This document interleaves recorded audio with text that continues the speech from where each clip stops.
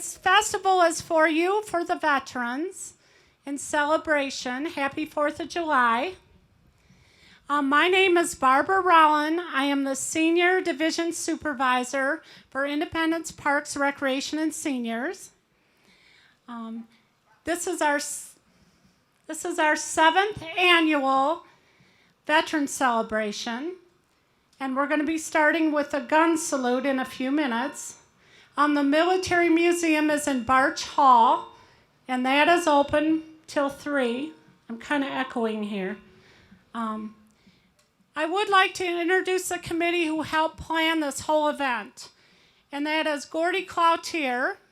He was back there by the planes. Ed and Martha Henderson, Amy LeBossonniere, Mary Malega, and Lois Seddon. If you're out here, raise your hands. Did I mention, did I mention Phil? Okay, Phil's over there. Thank you. They did a wonderful job, and I also appreciate the hard work. Thank you to the American Legion Chief Pontiac Post 377 over there for doing the flag ceremony. We can start. Thank you.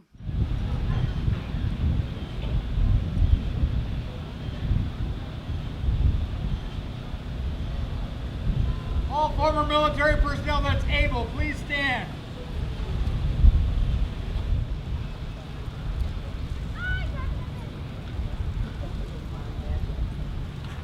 Present, earth.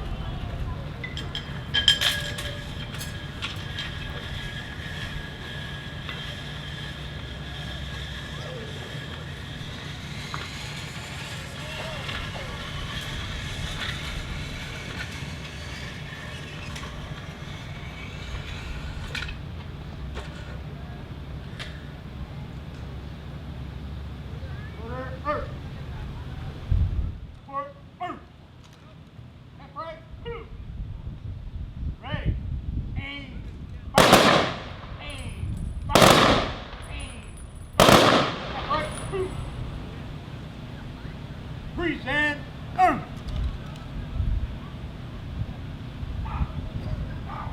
Everybody.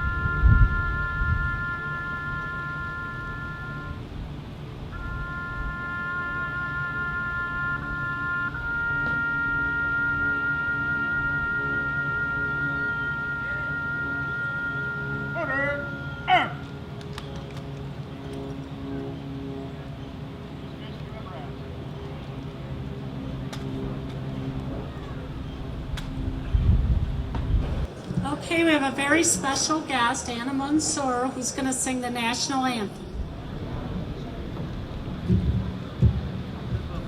Oh, say, can you see by the dawn's early light what so proudly we hailed at the twilight's last gleaming, whose broad stripes and bright stars through the perilous fight o'er the red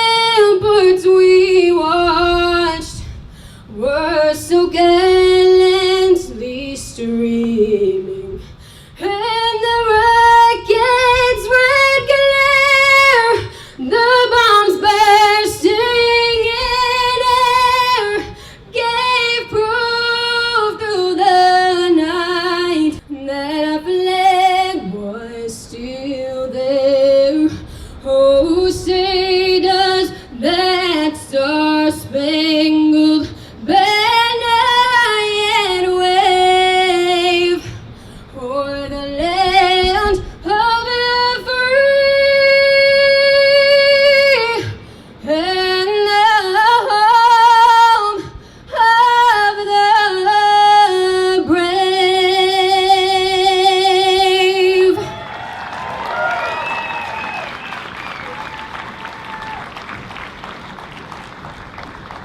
And join me in the Pledge of Allegiance. I pledge allegiance to the flag of the United States of America and to the republic for which it stands, one nation, under God, indivisible, with liberty and justice for all.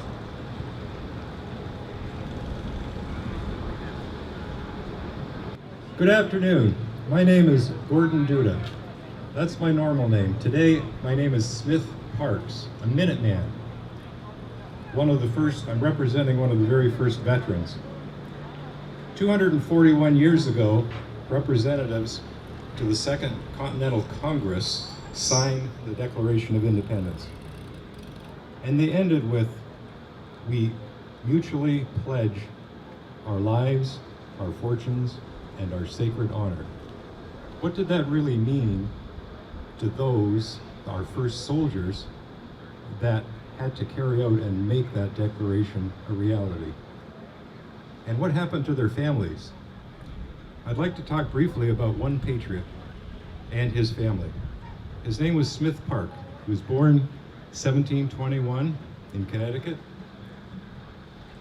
married a Mary Davis in 1749, I believe. By the time of the Revolution, he had 10 children and was a successful farmer. In May of 1776, before the Declaration was signed, he signed up for the Connecticut Minutemen, or militia, and 3 of his sons joined him. I don't know what they did during the war. Okay, thank you. But I do know they certainly were in favor of independence and liberty. I do know a little bit more about Smith Park's eldest son, also named Smith Parks. He was living in New York at the time. He married a Mary Lord in, I think, about the 1750s, 1760s, and he had one child, Ephraim, in 1772. So by the time when the Revolution began, he had one young child and one wife. He did survive the war and had 8 more children afterwards. But what I'd like to talk about is what he did. He signed up for the 17th Regiment of the New York Albany County Militia. In 1832, New York State had finally passed some legislation that would allow for pensions for veterans. In 1841, he applied. He was 91 years old at the time. I went into the National Archives and was able to get his application, which talked about his service. Turns out that he stated that he kept his accoutrements, his military gear, right by his bed. He truly was a Minuteman. In 1777, he was called out to march to Fort Edwards. And the reason? His job as the militia was to try to slow down the advance of General Burgoyne's army, who was invading. He was successful, and when the reinforcements with the Continental Army came up, he went back home. At the time, he may or may not have realized that he had 2 cousins, James and Cyrenius Park, and both of them had decided to stay English loyalists, and they had joined Burgoyne's army, the very army he was skirmishing with. After that, he stated that he was active in marching out to one of the towns that was burned by the British. They burned 50 out of 54 towns in 1780. He was on guard duty for the execution of a spy later after that. And finally, he was doing a little bit of guard duty in New Canaan, New York as home. So he served throughout the Revolution. So I'm excited to find out about that particular history. More so though, I wanted to explore what was his wife doing while he was away. Well, young Mary Park had to look after their one young son and defend the home, go hunting, to provide meat for the table, and definitely had to protect her home from brigands, loyalists, possible British invasion, and some of the Native Americans that were hired by the British to harass the Americans. That meant that she had to know how to understand to use a firearm of that particular area. Now I'm looking in the audience, would the lady in the colonial red dress holding a musket please stand? Okay, that young lady happens to be Mary Parks, that's Smith Parks' wife. She happens to be her great-great-great-great-granddaughter.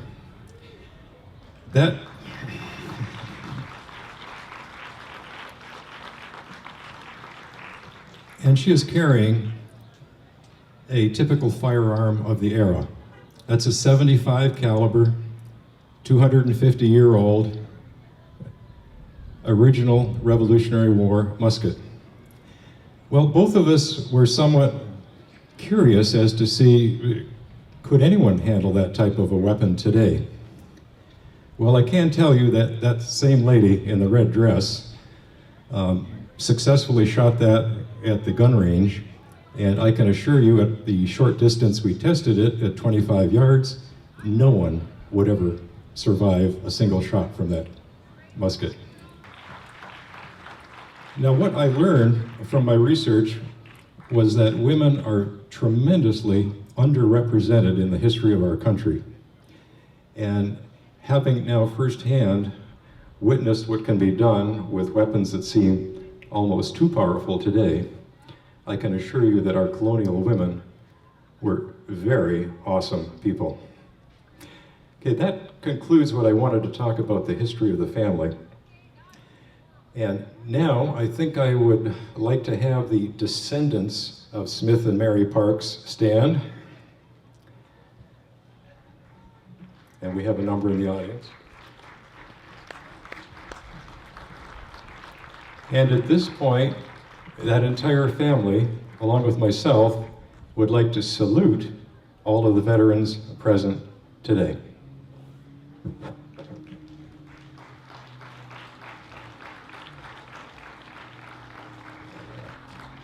Thank you. I don't know that I need this. I've got a loud voice. My name's Jim Schmidt. I was in the Army Intelligence, ASA it's called, during the 60s. And I just wanted to say welcome to the 7th Annual Independence Fest. Today is not only do we celebrate the independence of our nation, but it's also a good day to celebrate and recognize the service men and women who have served our country and protected our country, and also protected and liberated people throughout the world from tyranny and oppression.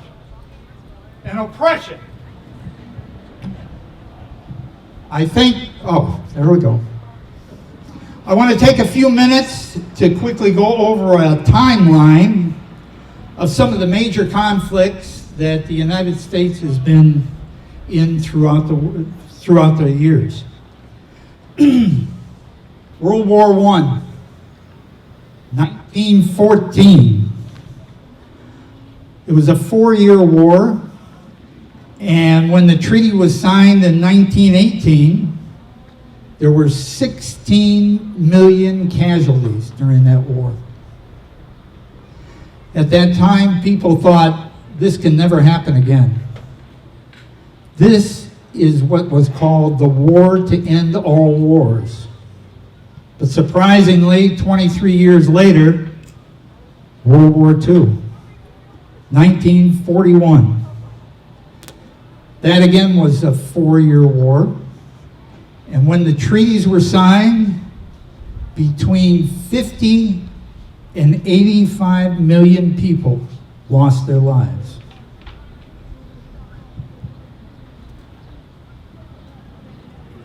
Next came the Korean War, which was in 1950. And it was due to this, when the signing of the treaties of World War II, Korea was divided into two parts, North and South. Well, when the North invaded the South, the United States got involved and was in the war for 3 years.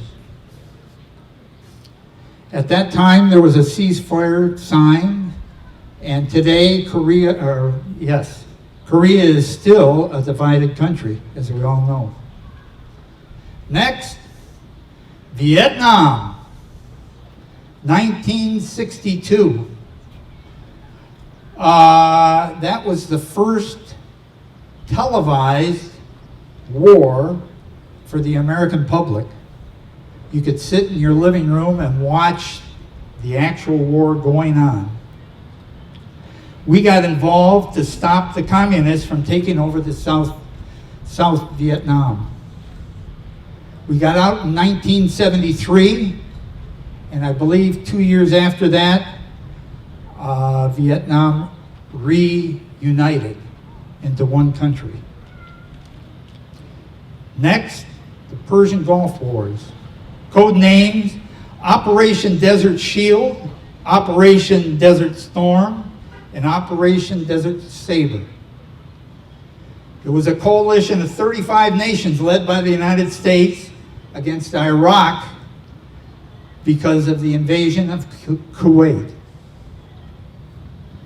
Next, the war in Afghanistan. Operation Enduring Freedom.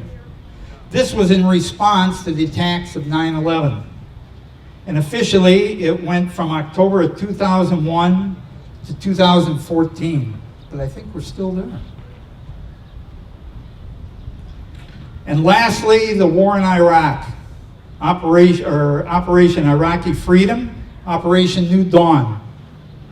This was in response to Saddam Hussein, his repressive dictatorship, and his weapons of mass destruction. Also because he supported Al-Qaeda. I believe that's still going today too. So, I know we don't have any veterans from World War I, but if we have some World War II veterans, can I either see hands or could you stand up? I know we have a couple of gentlemen. All right.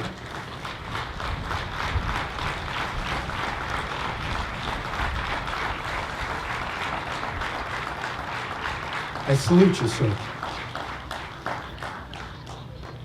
Korean War veterans. Do we have some Korean War veterans here today?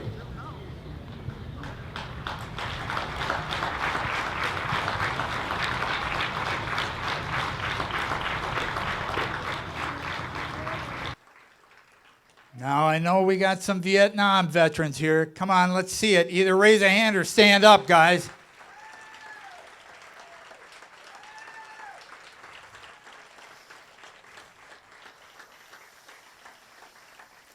Persian Gulf War. Got some boys?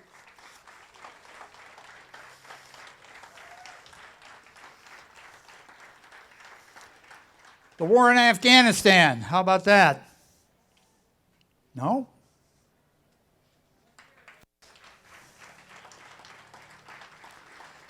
And lastly, the Iraqi War. How about it, guys?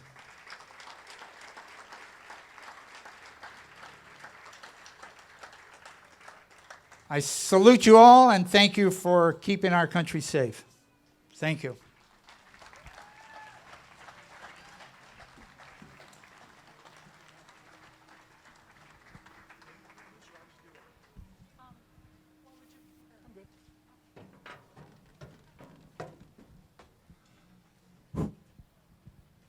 It's a beautiful afternoon. My name's Paul Brown.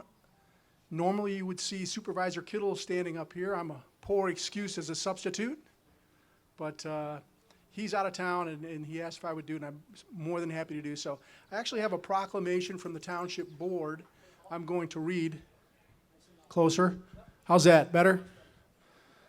Normally Supervisor Kittle would be here. I'm not a very good substitute, but I told him I would do it. He's out of town, so I'm the Township Treasurer. I have a proclamation I'm going to read, but I have an extra minute, and I just wanted to mention my uncle, Joe Addison Stratton.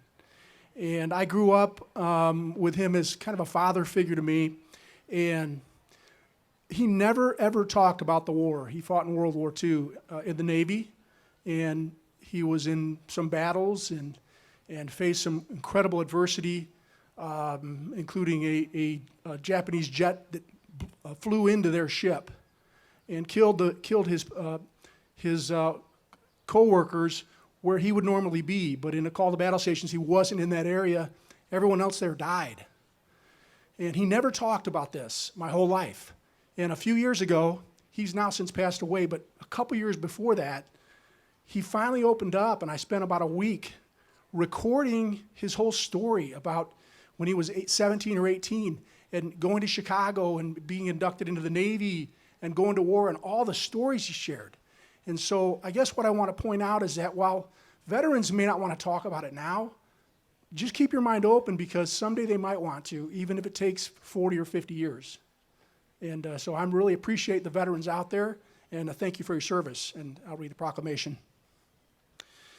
Whereas today, we gather to express our deepest appreciation for those members of our community who have served with honor, courage, and integrity in our nation's armed forces. These brave men and women have, by their dedication and sacrifice, ensured the safety and security of our great nation. Our nation's veterans will willingly accept the hardships, separations from loved ones, difficult living conditions, and often the horrors of war in the defense of their country. We celebrate their service and thank them for their unselfish contributions. It is altogether fitting and proper that we do so.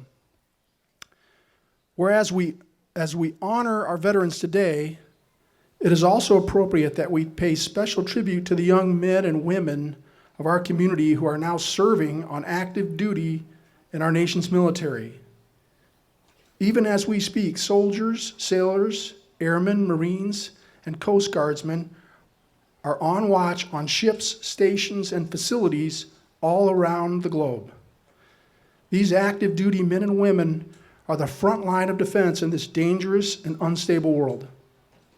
As we express our gratitude today to our veterans who so honorably served us in the past, let us also keep our active duty service members foremost in our thoughts and prayers.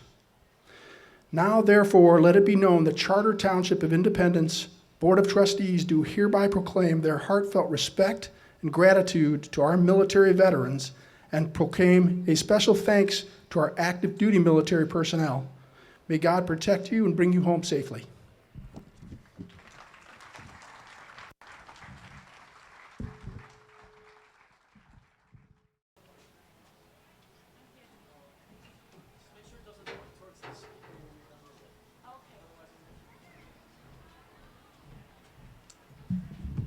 Okay, thanks for hanging in there, everyone. I have a special presentation, but before I do that, I wanted to talk a little bit about the sponsors who made this event possible, because without them, we wouldn't be able to do what we do. So, our platinum level sponsor was Neiman's Market, did all the food. They cooked it, the pulled pork, everything. So let's thank them. If you're by there, please tell them thank you. I went in there this morning to get donuts with my shirt on and said, thank you so much for doing what you're doing today for our veterans. So it's incredible. Also, our silver level sponsors are the American Legion Auxiliary Campbell Richmond Unit 63. Let's give them applause. And Ron Wagner, who does all our promotional flyers in our newsletter. He always takes his name off, but I'm putting it back on. Okay. Our bronze level sponsors, Diane Clark, who we're going to honor her husband a little bit later. Raise your hand, Diane. Her husband they always gave to this event every year since we started at 6 years. This is our 7th year. Every year. So she honored him with the same amount that he always gave. So thank you so much. And then Lockwood of Waterford also was a sponsor, bronze sponsor. Event sponsors are Coates Funeral Home, Louis E. Winnen's Son Funeral Home, Patrick Kittle, in honor of his son, our U.S. Army Specialist David J. Kittle, Sons of the American Legion Squadron 63, the Clarkston News, who Phil works for, and Visiting Angels. Thanks.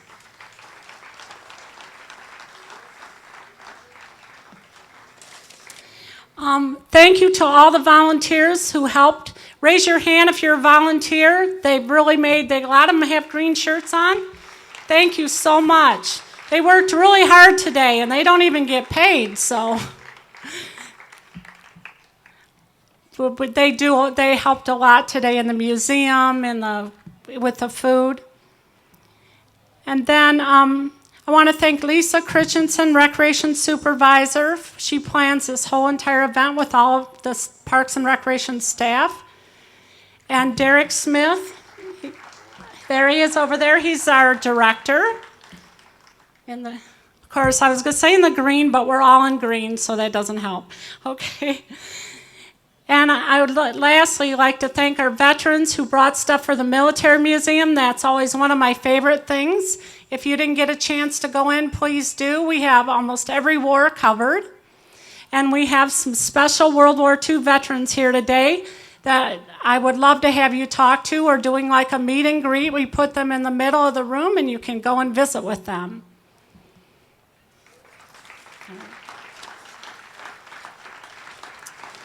Okay, we're going to get ready for the part. Diane, if you'd like to stand right up here in the front of the stage. Okay, I'm going to talk about Bart Clark. How many of you knew Bart? Let me explain how special he was. And then Phil. Okay, in honor, I stand before, hold on, I'm going to take this down. I stand before you today. I'm going to sit on the stage if that's okay. You're like, this girl's strange, but that's okay. All right. And acknowledge a contribution that Bart Clark made. When we started this 7 when we started this, the township asked if I would like to be part of the Veterans Celebration. We never really had one before. We always did a Veterans Lunch in the fall. So I said, sure, I'll be happy to do it. So we started a committee, and Bart was one of the first people on our committee. And Lois is on our committee, and there's several people that got together and really helped us plan this event. And it's evolved over the years into an incredible, incredible celebration. So Bart passed away unexpectedly on September 5th of 2016 at the age of 71. He served in the U.S. Navy for 26 years. I think how incredible that was to serve that many years. And he was in the nuclear submarine force. So the pinnacle of his naval career was his tour of duty as commander of the nuclear submarine USS Omaha, SSN 692. And if you go into the museum, we have a table with one of the ships he commanded and pictures of him that you can see. And if you remember past celebrations, he wore that white Navy uniform. It looked so wonderful in it. And it was always really special to us. He was involved in a lot of groups, the Clarkson Rotary. He helped with the Goodfellow newspaper sale. He was very active in our community. And he also, I don't know if they know, he drove the clown car. I meant to put a picture. Did you ever see him in the clown car at the Labor Day parade? Those two clowns, it was Diane and Bart. He was...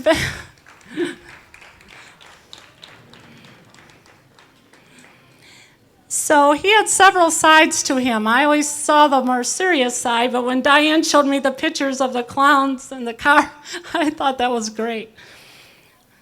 Today, in honor of Bart, we're presenting the plaque to Diane. Phil is going to be presenting that to her.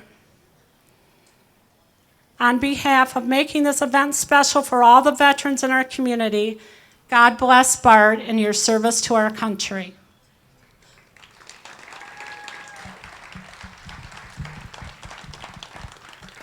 And also, Bart Clark, Clarkston is named after his family. His family helped settle this area. And when I started working at the Clarkston News, Bart was pretty much Clarkston for me, because he was always involved in everything. He supervisor for the township, working here. So I'm really happy to help with this. Also, the plaque in special recognition of Bart Clark for 6 years of service with the Independence Fest Veteran Celebration and a lifetime serving his country and the community he loved. Thank you so much. Thank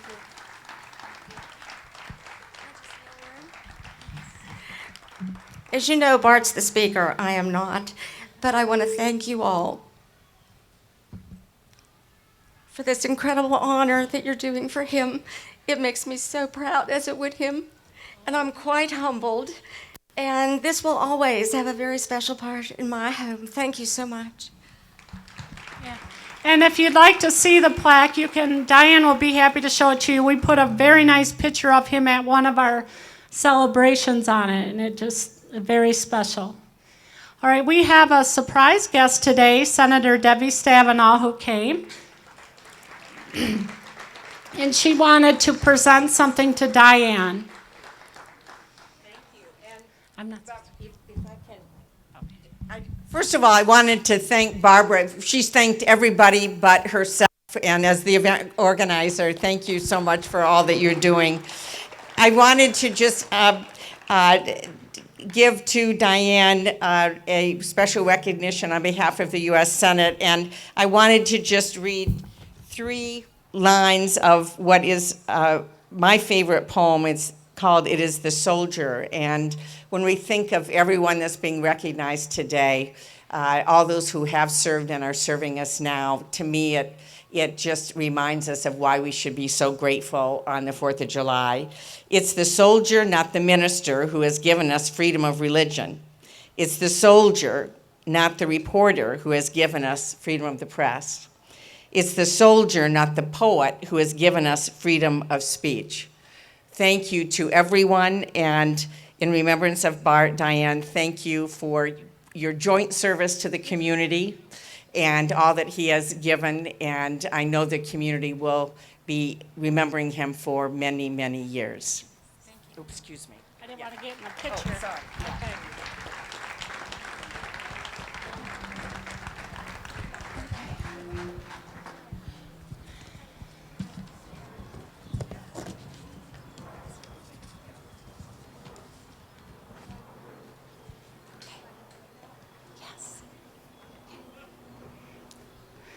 Thank you, Diane, for coming today. That was not easy for her. I know it wasn't.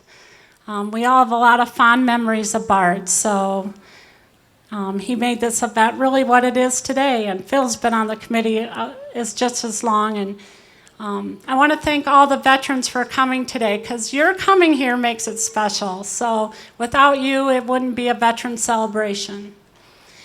We do have entertainment. I don't have my clock in front of me, but starting close to 2 o'clock, so hang out. And if you want to check out the Military Museum or see what else is going on, we're going to be starting entertainment in about 15 minutes, I do believe. Thank you very much for coming.